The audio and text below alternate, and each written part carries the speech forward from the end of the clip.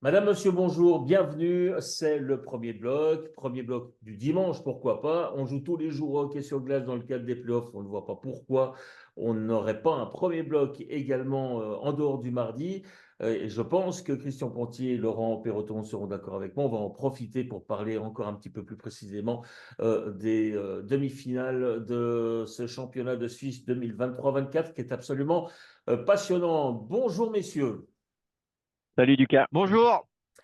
Alors, j'espère que vous allez bien et que vous avez potassé vos archives, puisque vous le savez, aujourd'hui, c'est l'émission 104. Donc, le challenge, il est toujours le même. Donnez-moi, historiquement parlant, un joueur portant le numéro 4 et qui a marqué votre histoire, peut-être. Allez-y, je vous écoute. Bah, disons que moi, ça n'a pas marqué mon histoire, mais on va partir sur cette saison où il y a le numéro 4 d'Ajoie, Jonathan Hazon, qui a fait une très bonne saison, qui a été sans doute l'un des meilleurs étrangers. Et puis Michael Holdener, surprenant cette saison et qui fait d'excellents playoffs. Donc, honneur à ces deux joueurs. Mhm. Ouais, Christian. moi je dirais Patrick Guéring à Zurich, qui, a- Mhm. qui est un joueur qui a marqué l'histoire et qui continue de marquer l'histoire du club.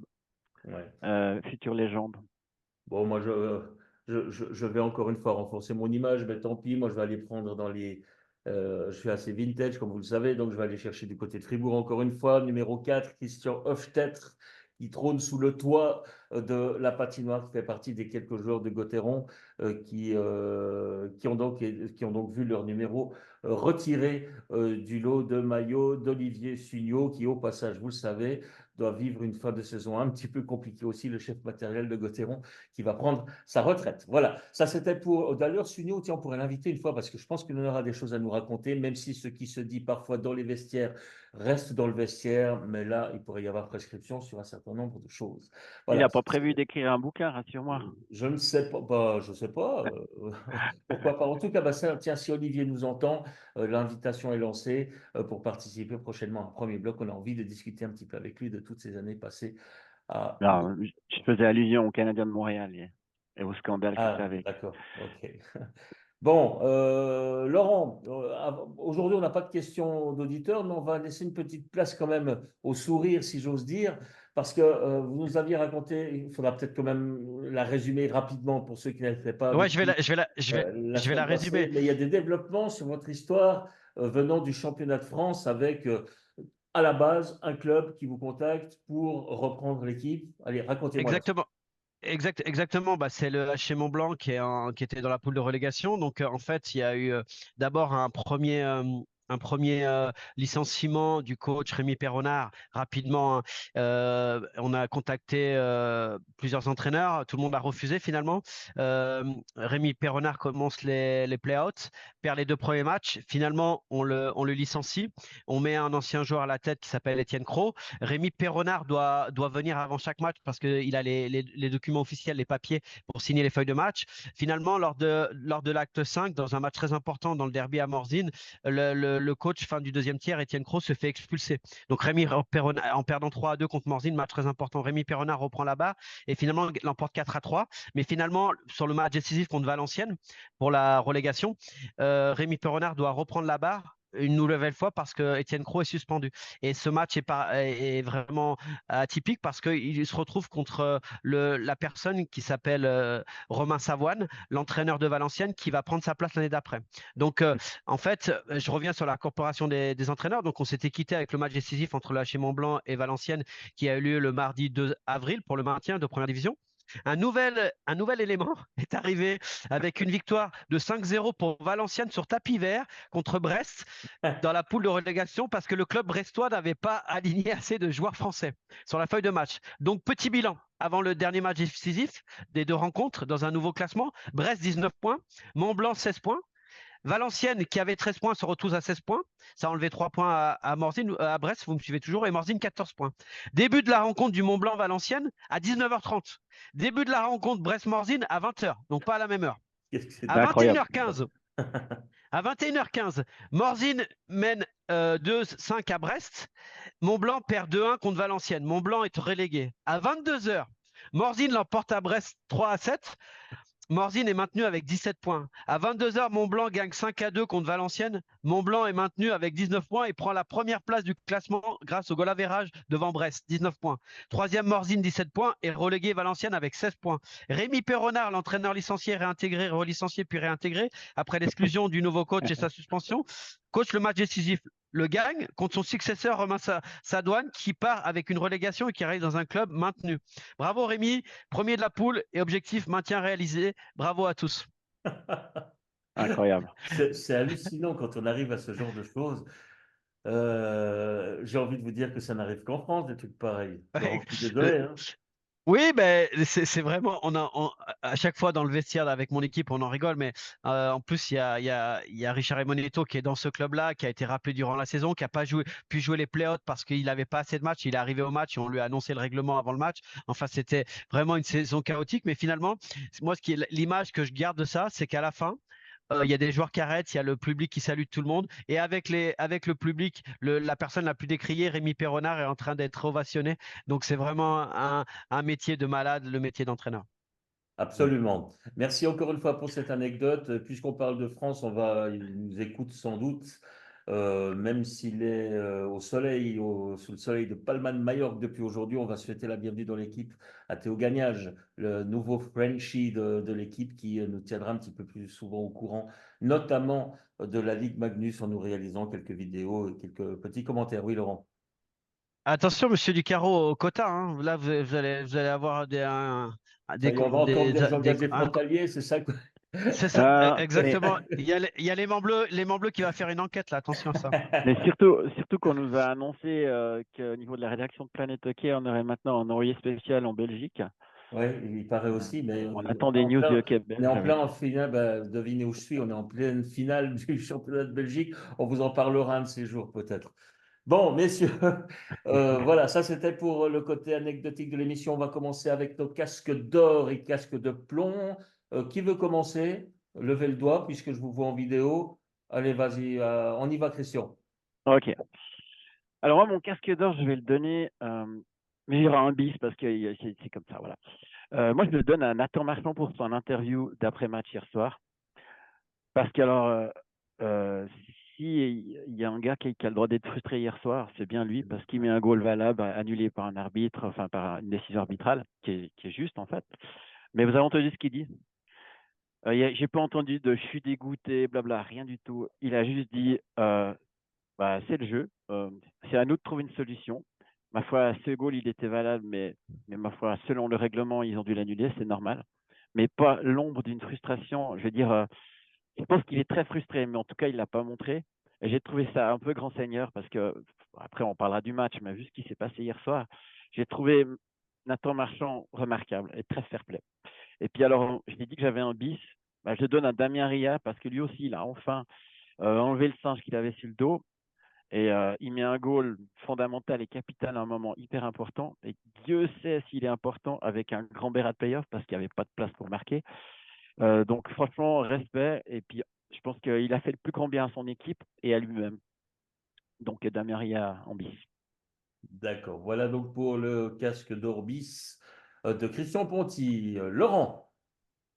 Moi, je mets le casque d'or au communiqué commun entre Fribourg-Gotteron et Lausanne Hockey Club. Une communion et une cohérence dans ce communiqué sont très importantes pour combattre la bêtise, le fanatisme et l'immense frustration de certains imbéciles et des comportements dangereux avant, pendant et après certains matchs. Je rajouterai dans la même lignée vos interviews respectives de M. Bastardo et Ducaro dans Watson avec des anecdotes, plutôt des faits divers durant votre carrière professionnelle avec des menaces inadmissibles. Vous commentez que du sport. Nous avons la chance de vivre une demi-finale 100% romande après avoir vécu une finale la précédente saison 100% romande. Au lieu de s'enthousiasmer et de prendre du plaisir, on préfère la détestation de l'autre, de déverser sa haine sur les réseaux sociaux et de juger et d'affirmer des inepties pour finalement se rassurer et évacuer sa colère, mais surtout toujours caché soit derrière une cagoule, soit derrière un clavier. Pour conclure, bravo aux dirigeants de combattre de façon commune une partie de notre société en étant ferme et dissuasif. Voilà Voilà. pour mon casque d'or. Merci pour ce casque d'or, Laurent Perroton. Ben, le mien, je vais le donner à l'équipe féminine suisse de hockey sur glace pour ses deux premières prestations et surtout pour quand même dénoter Alors, je ne dis pas que Planète Hockey est une référence en matière de hockey féminin, hein, même si on essaye d'en parler un petit peu plus. Mais je dois avouer que je n'ai pas trop aimé les titres de certains journaux, peut-être influencés simplement par la principale source d'information qui est l'agence pour information, en disant défaite après le premier match perdu 4-0 contre les États-Unis. J'ai lu des commentaires sur certains autres sites, influencés sans doute par ce commentaire de base, du style l'équipe de Suisse est écrasée par les États-Unis, l'équipe de Suisse rate complètement son début de tournoi, c'est surtout ça qui est ressorti. Euh, si on suit un petit peu le hockey féminin, eh bien, 4-0, perdre 4-0 contre les États-Unis pour l'équipe de Suisse, c'est une super performance. C'est une progression surtout. Exactement comme sur le deuxième match face au Canada, les Même Suisses ont chose. fait une belle performance. D'accord, ce sont deux défaites, mais il n'y a pas que la défaite, il n'y a pas que le résultat qui compte, mais il y a également l'évolution au fil des années. Et là, franchement, pour la première fois, je ne dis pas que la Suisse aurait pu battre ou les États-Unis ou le Canada, mais j'ai envie de dire simplement qu'elle s'en approche gentiment et que ça arrivera un jour, même si aujourd'hui, effectivement, la statistique globale, historique, elle est catastrophique. Mais c'est ça que je voulais dire. Je voulais donner ce casque d'or à l'équipe de Suisse féminine pour leur dire bravo pour vos deux défaites parce que vous avez quand même vachement bien amélioré votre situation au niveau mondial et on espère que vous irez plus loin dans ce tournoi. Voilà, c'est ça que je voulais dire. Je ne sais pas si vous partagez mon opinion, mais en tout cas, c'est un casque d'or très féminin aujourd'hui. Laurent, un petit mot? Oui, bah, évidemment qu'il y a une évolution et ça passe par la structuration du championnat. Je pense que le fait que Zug va arriver aussi où on a mis des moyens, il y a différents clubs, Fribourg qui a commencé à mettre des moyens, on en a parlé pas mal. Donc, du coup, ça rend une certaine homogénéité, puis ça va se retrouver au niveau international et les meilleures joueuses commencent à partir outre-Atlantique ou dans d'autres championnats européens. Donc, ça amène une meilleure sélection nationale et surtout, bah, on arrive à ne pas être ridicule. Parce que lorsqu'on avait des scores avec plus de 10 buts d'écart, là, ça faisait le ridicule au niveau international. Et là, ça reste deux matchs où l'équipe de Suisse s'est battue et a fait un résultat tout à fait honorable. Et de mémoire, c'est l'un des meilleurs résultats contre ces nations. Absolument.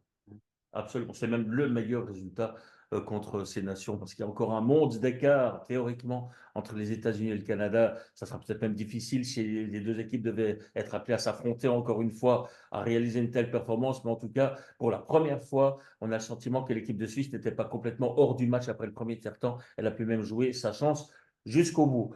Christian, je pense que vous êtes d'accord avec ça. Vous Ouais, avez... ouais, non seulement je suis d'accord, mais ce qu'on oublie des fois, c'est que ces nations, notamment le Canada et les États-Unis, ils ont des années d'avance et ils ont des milliers de licenciés en plus. Il faut bien voir qu'il n'y a pas de système, il y avait pas de ligue professionnelle, mais eux, ils avaient les ligues universitaires, donc c'était très similaire. Et moi, ça me fait penser aussi les années où, dans les années 80, quand les Suisses jouaient contre la Russie ou les grandes nations, ben ouais, ils prenaient des tôles, mais pourquoi? Parce que bah, c'était les années de la Liga, des années Duby à Lausanne, tout ça, ben, ils s'entraînaient 3 fois par semaine, versus des équipes qui s'entraînaient tous les jours, 2 fois. Et donc le gap, il diminue. Et puis je trouve que surtout, ce qui est bien et encourageant, c'est que ça peut être une bonne publicité pour le hockey mondial parce que ça va devenir plus serré. Et il n'y a pas que la Suisse qui progresse, justement.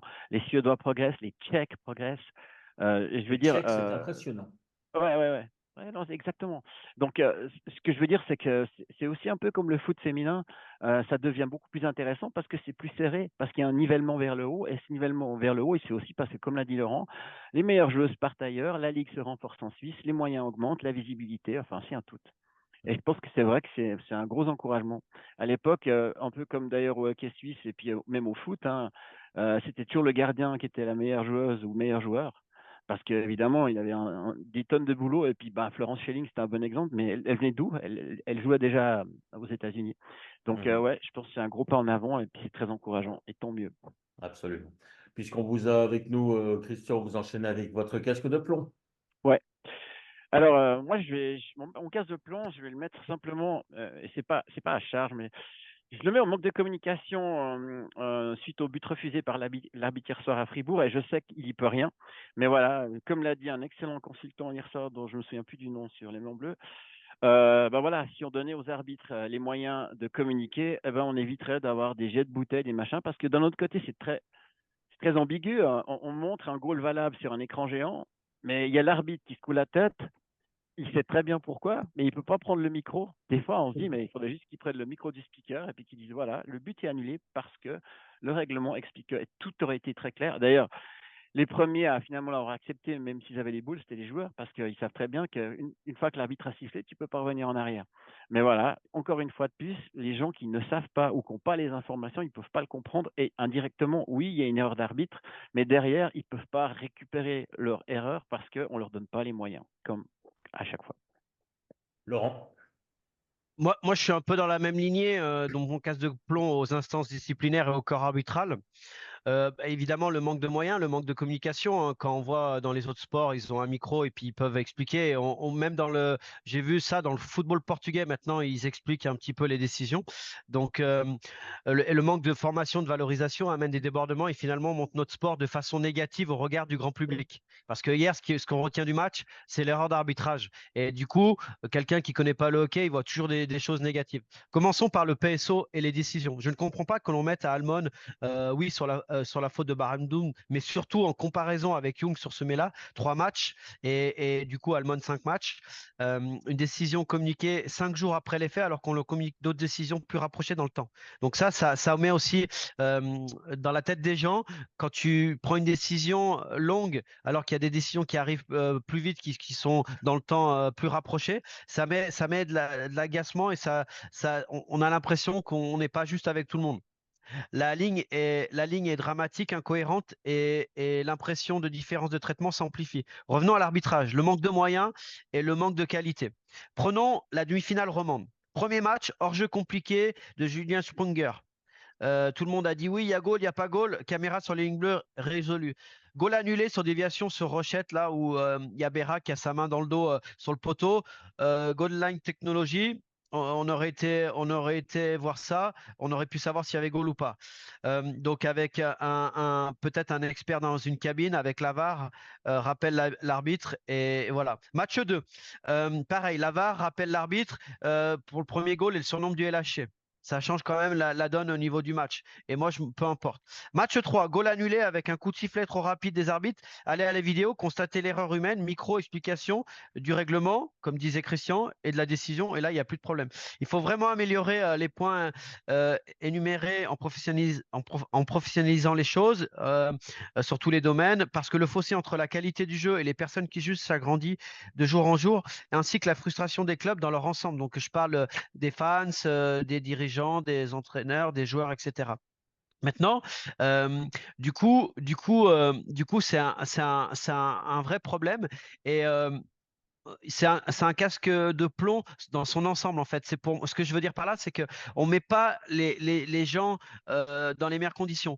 À part le PSO, lui qui a tout le temps avec des ralentis, etc. et qui fait vraiment n'importe quoi dans sa ligne de conduite. Et je demande comment il juge parce qu'il y a vraiment une incompréhension. Et là, ça met déjà de la colère chez les fans et ça amplifie ça sur les arbitres. Mais après, les arbitres, on les met pas dans les meilleures conditions. Après, il est clair que hier soir, ce goal annulé est un tournant du match, évidemment. Ouais. Et en plus, juste pour préciser un truc, ce qui est assez marrant, c'est que les images à la télé, on n'arrêtait pas de filmer Daniel Strickler et c'est même pas lui qui a sifflé. En fait, Ouais, c'est on le mettait Colmeyer. sur l'écran géant, et genre c'est lui le coupable, et lui il était là, il Non, disait mais rien. C'est Colmeyer oui, qui a sifflé. bah, Donc, sur le début, sur le début, on pensait que oui, parce c'était qu'il le lui qui avait voit, sifflé, effectivement.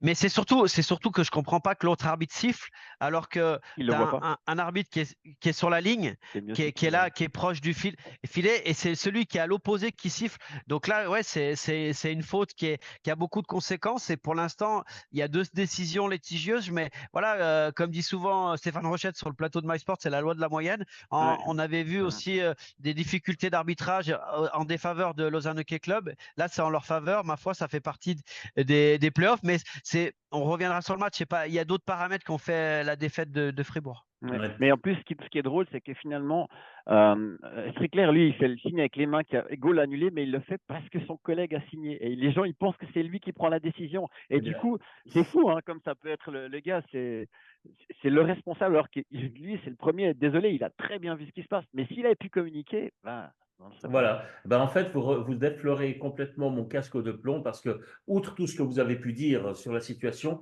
moi, c'était justement ce point-là que je voulais mettre en évidence, c'est qu'aujourd'hui, il y a beaucoup de monde qui tombe sur Stricker, mais ce n'est pas lui le responsable. Bah ouais. Effectivement, il n'a fait que prolonger la décision de Kohlmüller, qui n'était apparemment pas, en tout cas sur les images qu'on a pu voir, qui n'était pas l'arbitre le mieux placé. Et effectivement, on voit même de dos Stricker. Et lui, il est parfaitement placé et c'est lui qui est seul apte, à mon sens, à pouvoir interrompre le jeu et dire voilà. Et là, en l'occurrence, alors je ne sais pas, j'avoue que j'ai un blanc au niveau du règlement. Je ne sais pas s'il y a un arbitre 1 et un arbitre 2. Je crois Non, il qu'il y a doit deux y avoir aides. un arbitre 1. Alors, C'est deux aides. Tricker sur ce match-là, je ne sais pas, là, je vous vois faire le grand signe, Laurent, mais je pense de Non, non, toute façon non. que c'était bel et bien Stricker qui était le mieux placé, qui était le premier apte à intervenir.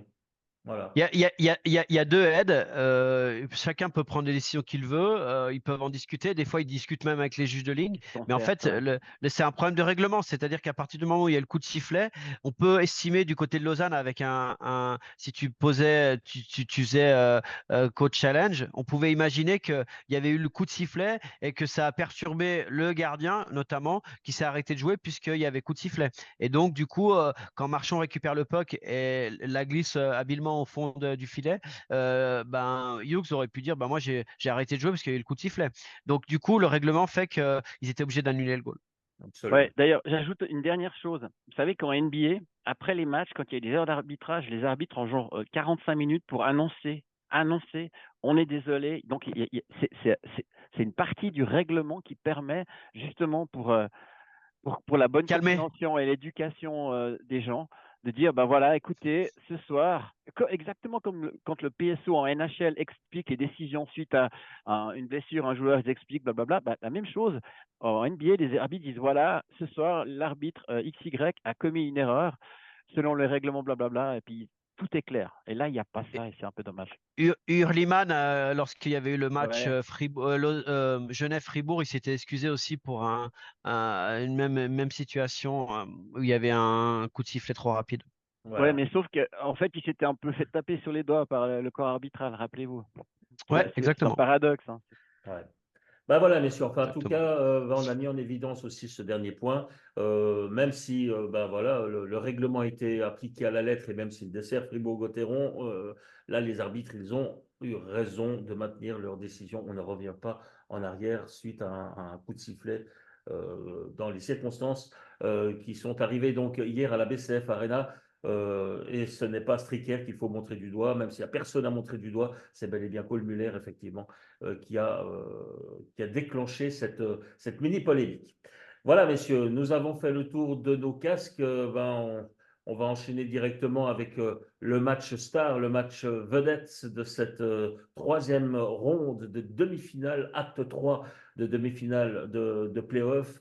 Alors, à quelle conclusion devons-nous arriver après trois matchs? À part que Fribourg a perdu l'avantage de la glace, est-ce que Lausanne, non seulement a récupéré la glace, Laurent, mais en plus, maintenant, a récupéré, disons, peut-être presque annoncé comme favori de cette demi-finale? Oui ou non? Oui, mais il faut quand même faire un petit historique un petit peu de cette demi. Déjà, expliquer aux gens, parce qu'on a pas mal de gens qui nous écoutent, certaines choses au niveau des médias. Déjà, je vais aller dans l'ordre parce que on reçoit beaucoup de messages privés sur le fait que lors de la prolongation, lors de la deuxième prolongation, il n'y a pas eu de plateau. C'est une décision politique, financière. Et quand je reçois un message, ouais, t'es allé au lit? Non, j'ai pas été au lit. J'ai regardé devant l'écran géant avec une binge la fin du match parce que à partir de la deuxième prolongation, on n'a pas le droit de continuer le plateau. C'est au niveau des audiences, au niveau des coûts, au niveau de la récupération du personnel. Vous avez l'habitude du monde de la télévision parce qu'il y a beaucoup de techniciens derrière tout cela. Alors, c'était la même Et, Et chose, voilà, c'est c'était et quasiment la je même peux chose le au niveau confirmer RTS parce à que l'époque. Il quand n'y a il pas que buvait dans sa binge, les télévisions régionales. Oui, oui, ouais, je Christian. disais, je peux le confirmer parce que quand il buvait sa binge, je l'avais au téléphone. Ouais, c'est ça. Il non était mais presque voilà, autant que voilà. les gens, hein, c'est ça. Ouais. Je suis autant frustré que les gens. Après, je vais revenir un peu sur votre article dans Watson. Moi, je suis quand même vraiment effaré. En fait, je suis ni journaliste, je suis simplement consultant. Mais hier soir, j'ai reçu énormément de messages désagréables sur le fait que j'étais pro lausannois. Le premier match, j'étais pro fribourgeois, le deuxième match pro lausannois. euh, la qualité d'un consulting est liée à la qualité du match. Lorsque vous voyez la qualité du match 2 et la qualité du match 3, c'est vachement plus facile d'être consultant sur le match 2. Ensuite, moi, je vais répondre à ça. Moi, je suis supporter d'un des deux clubs qui s'appelle le LHC. Mais le LHC, le Lyon Hockey Club. C'est-à-dire que là où je suis né, là où mon père a été joueur, là où mon grand-père a été président, j'ai aucune préférence. Le seul truc qui me fait vibrer aujourd'hui, c'est d'avoir la possibilité d'avoir une équipe romande en finale comme l'année dernière. Le seul truc qui me fait vibrer, c'est d'avoir peut-être 7 matchs lors de cette demi-finale. Il faut que les gens ils se calment. On reçoit des messages, mais franchement, je me dis, mais c'est pas possible. On vit dans quel monde? Donc là nous, hier, par exemple, pour vous donner, parce qu'on n'explique jamais ça, mais quand j'étais sur le plateau, moi j'étais frustré du match. Moi, par moment, je me suis ennuyé. Je me suis ennuyé parce il y avait une équipe attentiste, parce elle s'est fait contrer au début. Il y avait une équipe qui Ils manquait de avaient peur les deux. créativité, Ouais. non, mais d'intelligence aussi, et puis de fatigue mentale qui a amené des gestes techniques inadéquats. Enfin voilà. Donc voilà, pour calmer les gens, nous, on s'en fout en fait. Le seul truc que moi, si j'avais un souhait aujourd'hui, c'est que ça lance parce qu'on va avoir des matchs de fou et puis ça va remplir les patinoires, ça fait une bonne promotion pour le hockey roman. Par contre, le seul inconvénient, c'est que si ça va en 7, Zurich, ça va très vite de l'autre côté. L'équipe qui va arriver en finale va être très fatiguée. Mais maintenant, en aparté, on a parlé de ça. On va revenir sur le match d'hier soir. On a pas beaucoup parlé de choses. Le fait de match, évidemment, le goal annulé. Mais moi, je vais revenir. On va déjà commencer avec Fribourg. Ils ont trouvé des solutions sur les sorties de zone. Ils sont arrivés à revenir sur une deuxième vague ou à chipper les pucks et finalement avoir quelques options offensives. Le gros problème qu'ils ont aujourd'hui, Fribourg, c'est que les seules situations favorables qu'ils ont offensivement, c'est lorsqu'ils arrivent sur des 1 contre 1 à déborder et aller à la cage. Lorsque c'est des jeux placés, dans la boxe, ils sont tellement bien fermés, Lausanne, qu'ils laissent très très peu d'espace dans le slot. Et lorsqu'il y a des shoots, parce qu'ils laissent beaucoup, ils sont très fermés, ils laissent beaucoup la ligne bleue, les défenseurs arrivent à shooter. On a beaucoup cherché ça sur le deuxième puck. Le deuxième puck, il est toujours gagné par les Lausannois parce que physiquement, on a des gros bonhommes qui gagnent les duels. Ça, c'est le premier point. Le deuxième point, c'est le power play. Pour moi, ils perdent sur le power play, mais moi, je reste persuadé, je vous en avais déjà parlé dans cette émission, que cette sortie de zone avec Gunderson qui porte le puck et avec 2 joueurs qui arrivent derrière lui, finalement, ils empêchent la passe de Gunderson en arrière. Donc, en empêchant la passe de Gunderson en arrière, ça arrive à un 3 contre 3. Et finalement, en entrée de zone, on perd le puck, comme souvent, ça ressort, ou ça amène à ce que Raffle parte et puis donne le puck à Rochette, et ça amène le 2-0. Donc là, il faut trouver vraiment une solution sur les sorties, les entrées de zone en powerplay à Fribourg. Tout le monde parle du powerplay, mais le problème du powerplay, quand ils sont installés, c'est pas mal. Regardez le goal à Lausanne. Le goal à Lausanne, c'est sur un face-off. Ils ont marqué à 5 contre 4 sur un face-off parce qu'ils ont pu permuter, ils ont pu jouer en carré. Et là, il n'y avait pas besoin de s'installer avec le puck. Donc là, ça c'est important. Maintenant, pour revenir sur Lausanne, ils ont énormément progressé dans la gestion des temps forts et des temps faibles et dans l'intelligence de jeu. Ils ont fait le dos rond et hier soir, ça résume un peu le match 1 où ils auraient mérité de gagner. Là, c'était Fribourg qui méritait, en plus avec une décision arbitrale qui a fait quand même tourner la rencontre. Et puis après, les tops, Gloser, Frick, on n'en parle pas beaucoup, mais Frick hier, le nombre de duels qu'il a gagné, Raffle Pedretti qui a fait un match sur le 4e bloc au niveau de l'intensité, un petit peu moins en vue, je dirais Boson Salomaki. Du côté de Fribourg, j'ai trouvé Bikov, Borgman, Delarose, Marchand qui ont été très très bons. Même si Delarose a rajouté des gestes techniques, il est quand même très important, notamment dans le jeu défensif. Après, les flops, c'est Wallmark, Sorensen et Schmid qui a été en grande difficulté sur le 4e bloc dès qu'il était sur la glace avec sa ligne, notamment avec Sprunger, ils étaient en grande difficulté dans le jeu défensif. Donc voilà un petit peu le match. Mais maintenant, comme j'ai pour conclure et donner la parole à Christian, le match 4, c'est plus qu'un tournant pour la saison. C'est en cas de, si tu arrives à te sortir de cette situation du côté de Fribourg, à aller régaliser et reprendre l'avantage de la glace, et que tu arrives à sortir de là, ça peut être une façon de dire à tout le monde que on peut vraiment prétendre au titre. Par contre, il va falloir changer l'état d'esprit et puis être un peu plus guerrier du côté de Fribourg parce que là, c'est encore très insuffisant. Ouais, effectivement, moi, c'est un petit peu ce que je ressens du côté de Fribourg, c'est que Fribourg est bon sur la longueur et c'est souvent imposé sur la longueur, mais n'est pas capable de se faire vraiment mal lorsqu'il s'agit de le faire. Et aujourd'hui, c'est l'esprit guerrier, à mon sens, qui fait la différence pour le Lausanne Hockey Club par rapport à la bonne prestation fribourgeoise. Parce que je retiens aussi un autre commentaire de Nathan Marchand hier soir après le match, c'est qu'il a bien précisé que c'était, selon lui, un des meilleurs matchs même de la saison de Fribourg, match quand même perdu. À vous, Christian Ponty. Oui, alors moi je vais aller aussi dans le même esprit parce que c'est la vérité. Moi, je me suis posé la question et on aurait pu savoir quelle était la consigne du côté de Fribourg hier soir. Hier soir, juste pour les statistiques de shoot, en tir cadré, c'est 39-16 pour Fribourg. Et puis si on prend les shoots globales, y compris les non cadrés, c'est 60-25. Donc d'après moi, la consigne c'était on bombarde Le Hughes bloc devant. et vous foncez sur les rebonds. Maintenant, ça en dit très long aussi sur Lausanne et sa défense de fer, parce que le problème, pour aller sur les rebonds, il faut que les défenseurs soient pas là. Mais la défense lausannoise est très physique. Ils ont déblayé le terrain, ils ont fait un énorme match. Et il a raison. Je pense que tous les défenseurs lausannois, défensivement, je parle, ils ont extrêmement bien joué. Et puis, si on regarde hier soir, ils ont spéculé sur quoi? Sur une erreur de Hughes, parce qu'effectivement, il donne des rebonds.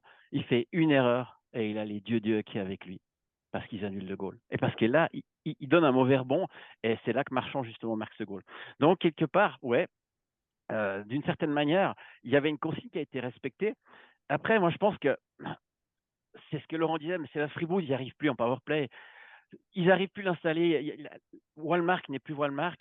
En plus, je pense qu'il arrive un moment où ce qui était flagrant hier, c'est qu'à un moment donné, je pense que c'est le manque de confiance. Tout d'un coup, la confiance a changé de camp. Ça veut dire que tes bons joueurs qui t'ont fait gagner tout l'hiver, tout d'un coup, ils sont plus en confiance. Mais attention, c'est qu'un match. Ça peut tout de suite changer. Par contre, hier soir, on a enfin vu la délivrance avec Ria.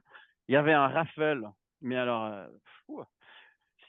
moi, je crois que c'est vraiment.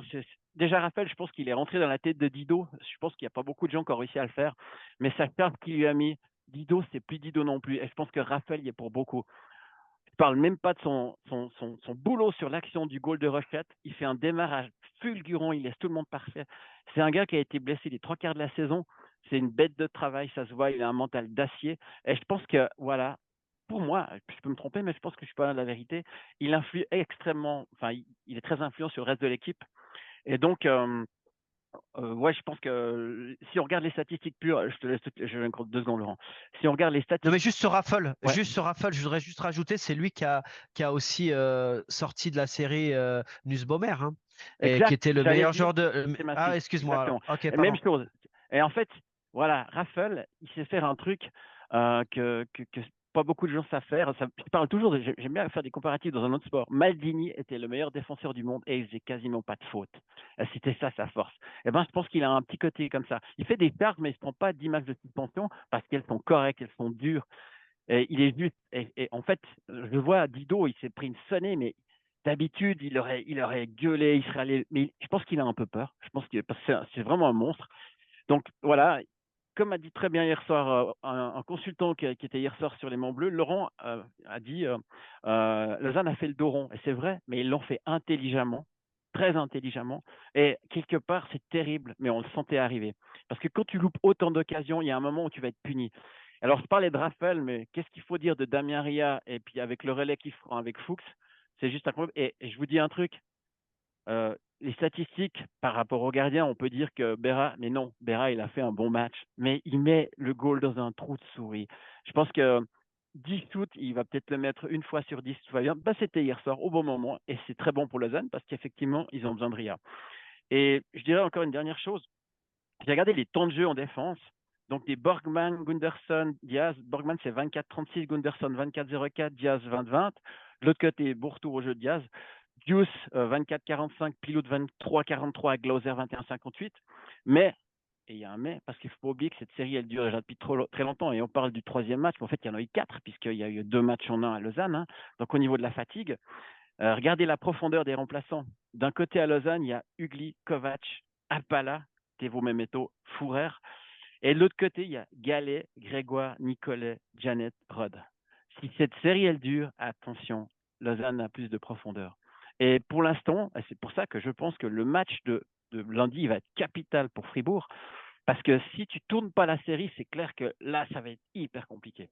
Après, à l'inverse, justement, si tu la tournes, ça redevient des playoffs et très ouvert. Excellente analyse, Christian, qui mérite peut-être encore un petit complément, Laurent. Notamment sur le rôle des défenseurs. Oui, moi j'en ai parlé hier soir sur le plateau, mais enfin, tout le monde, à chaque fois que je dis ça, même du côté lausannois, on me dit, mais t'exagères, mais Glauser, cette année, c'est sa meilleure saison. Frick, je l'ai jamais vu à ce niveau. Elner, il a progressé, il a pris une confiance avec l'équipe nationale lorsqu'il a été appelé, il a été très très bon. Juice, bon, je vous ai dit ce que j'en pensais, mais c'est un très bon étranger du championnat. Pilot, c'est une révélation. Et puis après, on avait Marty qui a progressé. Ward, enfin, le coaching staff l'a fait vraiment progresser, qui s'est blessé. Mais finalement, Genadzi, Jelova qui est un petit peu en difficulté en termes de rythme et un peu lourd parce qu'il manque de compétition, donc un peu manque de confiance. Mais finalement, hier, à part une erreur de Glauser quand il est dos au jeu, qui veut faire une passe entre les jambes, c'est intercepté. Et puis Dido essaye de déjouer au lieu de shooter Hughes. Ils ont été dans le slot impérial. Et qualité de la passe. Et je ne sais pas si vous vous rappelez, mais le goal de. Tu as parlé du goal de Ria, mais la transversale pour Fuchs au milieu, la première action de Rochette, lorsqu'il la chope en l'air, le défenseur, il fait mine de la donner par la poche, il la met au milieu en l'air, Rochette la chope, et puis ça finit par une occasion de Suomela qui aurait pu faire très mal à Fribourg. Donc, en fait, non seulement ils sont bons défensivement, mais là où je dis que c'est des défenseurs de très haut niveau du championnat, lorsqu'il y a une option qui peut être très dangereuse pour l'adversaire et qui va créer un surnombre, il la voit et il la donne parfaitement. Et c'est là-dessus où ils sont très lucides, c'est là-dessus où j'étais vraiment très, très impressionné. Hughes, Berra, je l'ai trouvé un peu fatigué. Tu as parlé de Berra, je l'ai trouvé un peu fatigué hier, notamment sur les déplacements. Hughes, il a deux arrêts difficiles où il a beaucoup de chance. Hein. Il y en a un qui glisse le long du poteau extérieur avec de la rose, puis il y a ce goal annulé. Donc, en fait, quand on analyse, moi, quand j'ai vu le nombre de shoots, c'est qu'aussi on a essayé de chercher des pucks un peu alibi, mais avec des rebonds, parce qu'on sait que Hughes est très agressif et sort beaucoup de sa cage et couvre ses angles. Mais seulement, la problématique de Fribourg, c'est qu'hier, on n'a pas réussi à gagner le deuxième puck. Et là, c'est grâce aux défenseurs de Lausanne. Et aujourd'hui, sur les 3 premiers matchs, si Lausanne est 2-1, c'est parce que la défensive est dans son ensemble, mais surtout la défensive, et je parle des défenseurs, ils font un travail exceptionnel pour les gardiens et à la relance ils sont très très bons et très très justes, ce qui amène des goals importants dans les matchs. Donc pour moi c'est vraiment l'aspect défensif, mais surtout les défenseurs qui font la différence du côté de Lausanne. Et c'est ce qui me pousse à dire que le alors, Lausanne Hockey Club est devenu une équipe de play-off. Ce sont les caractéristiques même d'une équipe de play-off. ouais. Exactement. Ouais, Exactement. c'est juste, mais moi je vais dire aussi, parce qu'on parlait de profondeur avant, ben voilà, même chose. Hein. Peut-être que le fait d'avoir mis Pache à ce deuxième match, sachant que Berra au premier match. Pardon, Au premier match. mais pour dire que Ouais. vu la répétition des matchs et que Berra joue tout le temps, ça aussi, tôt ou tard, ça pourrait. On en a parlé, hein, la profondeur, est-ce qu'il fallait prendre un deuxième gardien profondeur, enfin, Fribourg, c'est une belle équipe avec des beaux joueurs, mais c'est vrai que le réservoir de joueurs en cas de blessé, et pour l'instant, il n'y a pas de blessés à Fribourg. Il ne faudrait pas que ça arrive. Mais en tout cas, si. Il y a Yeker, et Motet. Excuse, Et Motet, bon, bah, à l'attaque, il y a quand même un peu plus de profondeur, mais Yeker mais Yeker a manqué hier. Oui, bien sûr. Ouais, mais dans les duos défensifs. Ouais. Cela dit, c'est vrai que l'absence de Motet est dommageable, mais on peut dire aussi que Bikoff tient bien sa place dans le premier bloc fribourgeois. C'est le facteur X, comme dirait Laurent. Exactement, c'est le meilleur joueur du premier bloc. Et lorsque derrière la cage, il gagne enfin, l'un des seuls à gagner un duel contre Frick et qu'il la donne à Sorensen. Sorensen à 2 mètres de la cage, il la met à côté de la cage. Et Wallmark a été transparent hier. Et Sorensen, dans les replis défensifs, non mais excusez-moi, lorsqu'on veut gagner une série contre Lausanne, qui est l'une des meilleures équipes, si ce n'est la meilleure équipe, avec Zurich à 5 contre 5 dans la solidité, si tu travailles pas défensivement, lorsque Suomela, il a l'occasion tout seul, il y a le back-checker, il est pas là, des fois il patine, il s'énerve, Dido qui prend une mauvaise pénalité, Sorensen qui va s'agacer devant la cage après le goal et qui va en pénalité, et c'est pas leur rôle. Et là, je crois qu'au niveau de la Légion étrangère, je parle pas de l'aspect offensif, mais je parle de l'aspect collectif dans le jeu défensif. Bah là, c'est insuffisant. On est un peu trop à attendre l'exploit défensif de nos défenseurs et on travaille pas assez. Et si tu as, en plus, tu peux laisser faire ça, tu peux accepter ce genre de choses, si, mais à la fin, tu dois compter le ratio. Et le ratio, c'est est-ce que tes défenseurs, tes attaquants étrangers offensifs qui défendent pas un mètre, ils marquent des goals? Oui, mais là, c'est pas le cas. Donc là, c'est un vrai problème et c'est la profonde différence de cohésion entre les deux équipes aujourd'hui. C'est que tout le monde travaille pour l'équipe à Lausanne et ce n'est pas le cas pour tout le monde à Fribourg. Ouais, Ben, tu peux encore ajouter juste la malchance de Berchi qui a 2 breakaways seul et qui marque pas. Et ça, c'est dommage parce que Citon, c'est un peu récurrent. Et c'est vrai qu'il se crée des occasions, il arrive devant le goal, mais il finit pas. C'est un énorme patineur, il déborde. Mais voilà, en playoff, faut les mettre, ben, C'est ce qui Ria a lui manque marqué. Ouais. Non, mais c'est ce qui lui manque à l'heure actuelle et puis dans la saison, hein. C'est l'un des joueurs avec sa vitesse et sa qualité technique qui se crée le plus d'occasions. Mais à la finition, il a encore une grosse marge de progression. Et hier, ça aurait pu aussi faire la différence. Moi, quand il part breakaway, qu'il essaye de la glisser entre les jambes doucement, c'est bien si ça Il marche. l'ajoute trop Mais là, finot, ouais. ouais, Ouais. ouais, trop finot. Moi, je pense que Bah, tu si mets tu un compares bon avec plomb. Raphaël qui fait son breakaway à Lausanne, il C'est se pose ça. pas de questions, C'est boum. c'est ça. C'est C'est clairement ça. la C'est différence. ça. Et et c'est la conviction. Ouais. J'avais un entraîneur qui me disait tout le temps, tu vas marquer lorsque tu patines et tu continues à patiner après ton shoot en direction de la cage parce que Ouais. ça te donne une agressivité supplémentaire. Bah là, c'est la profonde différence peut-être entre les deux équipes. Ouais, ben moi, c'est pour ça que j'aime bien parler de Raphaël parce qu'il est habité dans ses playoffs. Le gars, t'as l'impression qu'il doute de rien, il peut rien lui arriver et quelque part, c'est un leader incroyable. Eh ben, il manque ce petit côté pour le moment du côté de Berthier. ouais, on peut aussi dire, je crois, du côté de Lausanne, qu'il y a des joueurs qu'on n'a pas l'habitude de voir faire de bons playoffs, comme par exemple Jason Fuchs, et qui est quand même très présent dans le jeu actuellement, hein, et c'est pas le même Fuchs que par le passé en série éliminatoire. Bah, en fait, pour vous répondre, là où il y a des choses qui ont changé, c'est que c'est un joueur qui n'a pas beaucoup de volume de jeu. Et alors, tu apprécies ou tu n'apprécies pas. Mais il n'avait pas beaucoup de volume de jeu, mais il était toujours très efficace durant la saison régulière et pas en playoff. Là c'est mieux. Évidemment, la passe qui distille. Et hier, moi, je les ai trouvés pas très aidés, hein.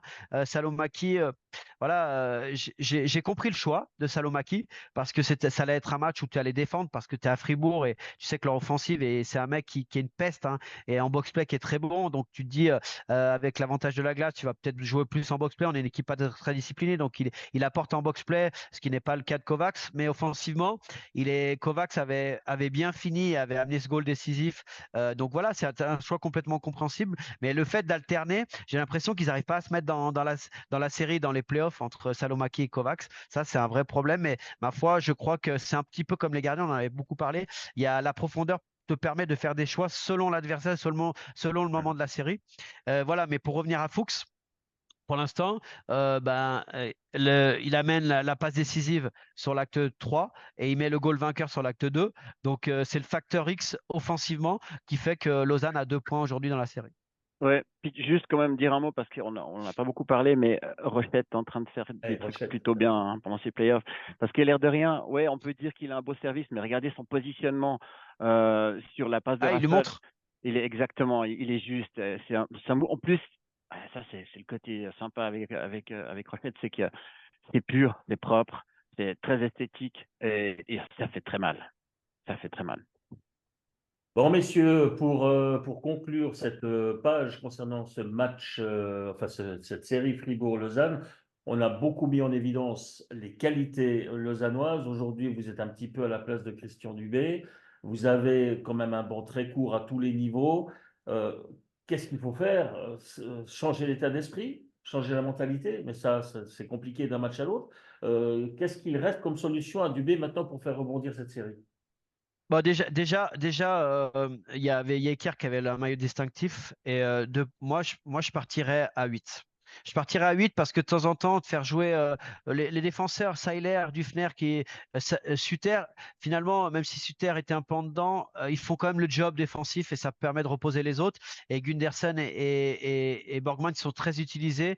Peut-être leur donner moins de temps de jeu, mais plutôt dans les situations spéciales où là, tu pourrais être plus efficace. Après, l'équilibre des lignes. Pour moi, là, il y avait un vrai problème hier soir avec Schmid, Ether et puis Sprunger. Euh, Lorsqu'ils avaient des longues séquences dans la zone défensive, c'était très compliqué. Donc là, trouver un amalgame et surtout, si Fribourg veut s'en sortir, tu dois convoquer Dido, Wallmark et Sorensen. Et là, wake up, les gars. Wake up, là, c'est bien de top score du championnat, mais c'est maintenant que ça va compter. Et le match de lundi, c'est plus qu'un match, hein. C'est OK, ça peut donner le 2-2, le 3-1, mais ça peut donner aussi la suite de la saison. Ça peut donner plein de choses. Donc là, le match, il est très important. Et je crois que les ajustements faits tactiquement au niveau des sorties de zone sous la pression lausannoise, ils sont rentrés un peu dans la tête des Lausannois. Tout le monde a dit, ouais, on a attendu, on a été sur le reculoir. Non, au début, Lausanne a beaucoup pressé, mais il y a eu deux, trois sorties de zone qui ont fait qu'il y a eu des surnombres et là, ils ont été un peu plus attentifs. Donc ça, c'était très bien. Sur le jeu à 5 contre 5, le fait de mettre beaucoup de puck au net, ben, il faut trouver des solutions sur la dernière passe et la dernière option et dans la réflexion. C'est-à-dire que là, on a été un petit peu un manque de lucidité, gagner ses duels aussi sur le deuxième puck. Et après, la véritable arme, c'est le power play. Parce que Lausanne, avec son jeu très agressif, fait quand même des fautes. Donc, si tu n'arrives pas à trouver de solution en power play lundi, t'oublies. T'oublies. Là, si Fribourg veut gagner à Lausanne, c'est lorsqu'il y aura un power play. Il va falloir monter les standards pas loin de 50% pour pouvoir gagner à Lausanne ce lundi. Ouais, absolument. D'ailleurs, c'est ce que je disais tout à l'heure. Pour l'instant, ils ont un powerplay qui est en panne. Et d'ailleurs, je sais pas si vous avez vu hier soir, mais il a tenté de remettre Sprunger sur le powerplay à un moment donné. Et puis même un Motet, je ne sais pas s'il sera de retour, mais voilà, quelque part, de toute façon, c'est lié à la confiance. Si tu n'as pas de confiance, tu perds tout. Et puis le problème, c'est qu'ils ont eu tellement de confiance que c'était presque acquis. Et tout d'un coup, on se retrouve en situation de playoff où tout est beaucoup plus compliqué. Et c'est là que tu vois aussi si tu as des joueurs de beau temps ou tu as des joueurs de playoff. C'est un peu tout ce que. À quelque part, il y avait aussi des cas assez similaires de l'autre côté à Lausanne, hein. On disait des fous, ces compagnies. Ils sont en train de prouver qu'ils montent en puissance. Eh ben, ils attendent une réaction et puis on va voir le caractère. Alors je pense aussi que le fait qu'un Diaz soit de retour au jeu, c'est quand même un plus. Après, je sais pas dans quelle mesure, parce que voilà, si Bikoff sur le premier bloc, c'est parce que Motet a pas été bon. Motet aussi, il a des choses à pousser, les gars qui ont de l'orgueil. Il va falloir qu'ils le sortent. C'est pas plus compliqué que ça. Eh bien, nous aurons des réponses à pas mal de questions, donc demain, enfin ce lundi, 20 heures pour l'acte numéro 4 de cette série. Et le match se déroulera à la Vaudoise Arena. Messieurs, un mot quand même sur l'autre demi-finale où là les choses semblent plus claires au niveau statistique. On dira 3 manches à 0 pour l'instant en faveur de Ouais. Zurich face à Zug, malgré des scores qui ne sont pas des scores fleuves et Zug qui semble dans le coup si on Bon, regarde les 5-2, scores, mais moins c'est un dans peu le coup fleuve. quand même si on regarde l'évolution des matchs. Ouais. Ouais, bon, acte 1, 5-2, acte 2 à Zug 1-0, 0-1, pardon, et Zurich qui gagne 5-2 hier soir. Mais ce qui est vraiment impressionnant du côté de Zurich, quand je regarde les matchs, c'est qu'à un moment donné, tu as l'impression que ça peut tourner pour Zug. Une accélération, deux accélérations, deux goals. Powerplay, c'est 28,57 et tu joues contre Zug, hein. Efficacité scoring, tu es à 11%. Tu n'as pris que 16 minutes de pénalité en 3 matchs. Donc, c'est l'équipe la moins pénalisée. Et au face-off, tu es pratiquement à 60%. Après, en termes de statistiques, écoutez bien, dans l'autre série, tu as beaucoup de joueurs à 1 point, 0 ou 2. Là, tu as André Gueto à 5 points, Grant à 4 points, Malguin à 3 points, Balcers, Lamico, Rohrer, Koukan, Weber à 2 points. Et avec des plus-minus, un Weber, par exemple, il a plus 5. Donc, vraiment, c'est l'homogénéité en qualité de l'équipe de Zurich, plus la façon de travailler depuis 2 saisons avec cette équipe qui font qu'aujourd'hui, ils sont vraiment très impressionnants. Et puis Zug fait le boulot, hein, et essaye de rivaliser. Mais voilà, quand tu fais un exploit, que tu arrives à avoir une grosse chance, tu as Roubaix qui est à 95,18%. Donc c'est très, très compliqué à tous les étages. Et puis pour l'instant, ils sont en 7 en 7. Et je vois pas comment Zug va pouvoir retourner cette série. Question? Ouais, moi, en fait, ce que j'ai envie de dire, c'est que ça doit être.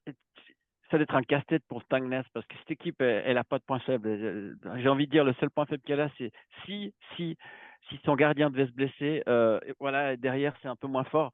Mais franchement, Rubec, pour l'instant, il tient la baraque. Mais moi, je voulais juste dire un truc assez marrant. C'est pas marrant, je sais pas si c'est marrant pour les Zougois, mais hier, c'était le retour de O'Neill. Le gars, après 12 secondes, il se prend Une pénalité. Ouais. pénalité et 1 minute après, il y a déjà 1-0. Donc lui, vraiment, il a fait un retour, mais pas comme il aurait voulu, quoi. C'est juste pour dire que Zurich, ça reste une machine de guerre. Et hier, par exemple, je vois ce deuxième goal, Bodenman fait un assist magnifique sur le goal de Marty. Le match d'avant, il jouait pas, il était surnuméraire. C'est juste C'est pour dire la incroyable. profondeur qu'ils ont. Et c'est à tous les étages. En plus, ils ont un stade qui est plein, parce qu'il faut dire une chose. Avec cette nouvelle patinoire, il y a quand même une autre ambiance, c'est quand même plus sympa. Pour Zurich, le Stadion, c'était quand même spécial. Et moi, je pense que voilà. Alors, quand on parlait en début de série pour Fribourg-Lausanne, que Fribourg avait la pression, ça a fini deuxième. Alors, j'ose pas imaginer la pression de Zurich parce que là, je pense que les supporters zurichois, ils ont l'impression que c'est déjà plié, quoi. Et à quelque part, on peut même pas tellement leur en vouloir parce qu'ils laissent que les miettes à leurs adversaires. J'ajoute encore, parce que j'ai parlé avant de Rochette, le petit Rohrer qui a mis son premier goal, mais qu'est-ce que c'est un beau joueur, qu'est-ce qu'il est fort. Et lui, même chose, encore une pépite, juste pour dire, Ostinkov, qui jouait à 16 ans, était même pas aligné hier soir. C'était le meilleur défenseur avec les Getsika Lions, et on parle de lui pour aller faire un tour du côté de la NHL. Donc, si on parle de réservoir et de potentiel, Zurich, c'est juste impressionnant. Ouais, simplement ce qu'on va leur souhaiter, c'est de ne pas se planter comme ils le font régulièrement chaque année, parce que c'est un peu ce qu'on peut leur reprocher quand même. Hein. C'est qu'ils ont sans doute les moyens les plus importants du ils perdent championnat suisse, 3-0 ils la n'ont pas le série. Hein. palmarès qui va avec. Ouais, si, pour ça, ils perdent 3-0 la série. La dernière fois qu'ils gagnent, pardon, ils gagnent 3-0 la série. La dernière fois qu'ils ont gagné, ça a été un record historique et mondial. Ouais. Et c'était contre Zug. Mais quand même, il n'y a pas Hoffman, il manque beaucoup de bons joueurs. Enfin, Ouais. c'est pas la même chose. Et puis surtout, les étrangers de Zug, ils sont quand même un peu en panne, faut le dire. Bon, messieurs, on a fait le tour de ces demi-finales. Vous avez deux petites rondelles? Ouais, j'en ai. Juste avant, juste une dernière chose pour le hockey roman. Il y a Bienne qui a gagné hier en U20 son premier match 3-0 contre Zug et qui rejoue. Ouais. Ah bon, et qui rejoue aujourd'hui à 16-15. Et en ce qui concerne les U17, on a Zurich qui a gagné 4-2. Mais on sait qu'on garde le goal average, mais il y a contre Langnau qui est en finale U17. Donc ça veut dire qu'on travaille bien du côté de Langnau. Et il y a Langnau qui gagne pour le moment 1-0. Voilà. Et Ouais.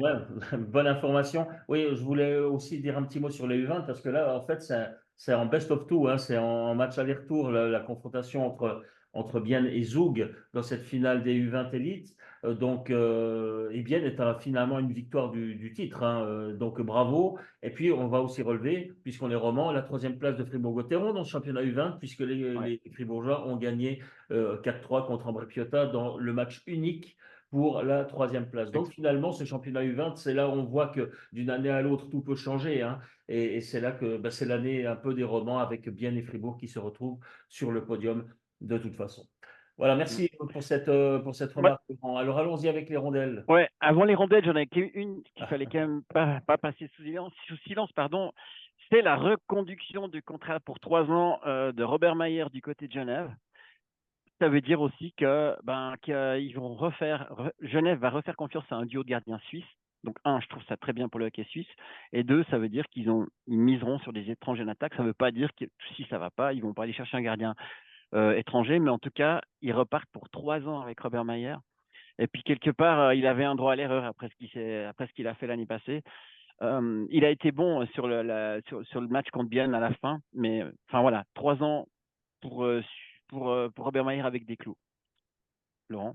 Ouais, et pour ajouter, il a un certain âge, hein, Robert Mayer, et ça a été un petit peu pas mal discuté au sein des supporters, sachant que Desclous a un contrat jusqu'en 25-26. Donc, pour les deux prochaines saisons, tu as le même duo de gardiens. Donc, avec ce qui s'est passé cette saison, avec les méformes des deux gardiens, l'arrivée d'Olkinora, c'est un risque, mais on sait que si ça va pas, on peut aller peut-être chercher un gardien étranger. Pour parler des étrangers, on essaye vraiment de re-signer Artikainen, Mainen et de faire venir Granlund pour compléter le duo qui marchait si bien en KHL. Et du côté on a remplacé Phil Poula par Spacek d'Ambri Piotta. Donc, on commence raisonnablement à avoir aussi des très bons étrangers avec Lennström et Vatanen en défense. Un très bon 6 du côté de Genève. Ouais. Bah, on Voilà. verra ça, hein, l'évolution des choses au fil des semaines encore, parce qu'il y a encore dans chaque club, même si certains clubs ou la plupart des clubs disent voilà, on a à peu près terminé nos emplettes, outre le contingent étranger, il y a toujours quand même encore deux ou trois mouvements possibles au niveau des joueurs suisses. Allez, on y va avec ces fameuses rondelles alors, Ouais. Christian. Alors déjà, il faut savoir que on- je vais parler de la course au playoff en NHL. C'est 82 matchs, hein. Donc, il faut savoir que maintenant, on est vraiment dans le dernier rush final pour les dernières places qui seront attribuées pour les playoffs. Donc, si on prend sur la division Atlantique et métropolitaine, ça veut dire que les trois premières équipes de ces deux divisions sont automatiquement qualifiées. Et après, il y a deux jokers qui arrivent. Donc, côté Atlantique et métropolitaine, c'est Boston, Florida, Toronto. L'autre côté métropolitaine, c'est les New York Rangers, Carolina et les Islanders. Les deux équipes qui sont là en même temps pour le repêchage, il y a Tampa qui a 93 points et ils sont OK. Et il reste une place. Cette place, elle est disputée par trois équipes, Philadelphie, Washington et Détroit. Mais alors où ça devient très intéressant, c'est qu'on parlait de Sidney Crosby en disant, voilà, dans quelle équipe va aller finir la saison pour avoir une chance de jouer un titre? Eh bien, vous savez, quelle c'est l'équipe où il va avoir une chance de peut-être jouer les playoffs? C'est Pittsburgh. C'était pas du tout prévu, c'était très mal classé, sauf qu'ils ont gagné 4 fois d'affilée et qu'ils se retrouvent à 77 matchs, 83 points. Et les trois autres équipes qui peuvent encore prétendre à cette dernière place de repêcher, c'est Philadelphie, d'un certain Tantola qui a perdu 7 fois d'affilée. Donc, c'est aussi pour ça que du coup, ils sont très bien placés. Washington, 5 défaites d'affilée et autrement Détroit, une défaite. Alors, ce qui est drôle, c'est qu'on se retrouve avec une course pour la dernière place entre Pittsburgh de Sidney Crosby et Ovechkin du côté de Washington. Et ça serait incroyable pour Crosby parce que quasiment tout l'hiver, ils ont dit qu'ils n'arrivaient pas en playoff. Eh ben, pour l'instant, ils sont dans les jokers. De l'autre côté, Je me permets juste de vous interrompre un instant pour tous ceux qui ne suivraient peut-être pas la National Hockey League de très près. Il faut aussi préciser qu'une victoire en National Hockey League, ce n'est pas 3 points, c'est 2 points. exact. Et De, quand on commence à faire les calculs, ça pèse évidemment c'est là qu'on voit que ça a l'air serré, mais ça l'est un petit peu moins que si on prenait le classement au niveau. voilà, je dirais Voilà, il faut quand 76, même le 76, préciser pour ceux 77 qui ne points suivent pas avec l'Amérique du 83, Nord. 82, 82. C'est dans un mouchoir de poche. Mais pour l'instant, c'est Pittsburgh avec Crosby. Ça serait joli qu'ils puissent une Ouais, dernière fois faire les absolument. playoffs avec Malkin, enfin toute la. D'accord. Sur l'autre division, alors je vais vite, hein, donc c'est Central et Pacifique. Les qualifiés actuels, c'est Dallas, Colorado, Winnipeg, Vancouver, Edmonton et Los Angeles. Et les équipes repêchées, c'est Vegas et Nashville, d'un certain Romagnosi, qui est en lice.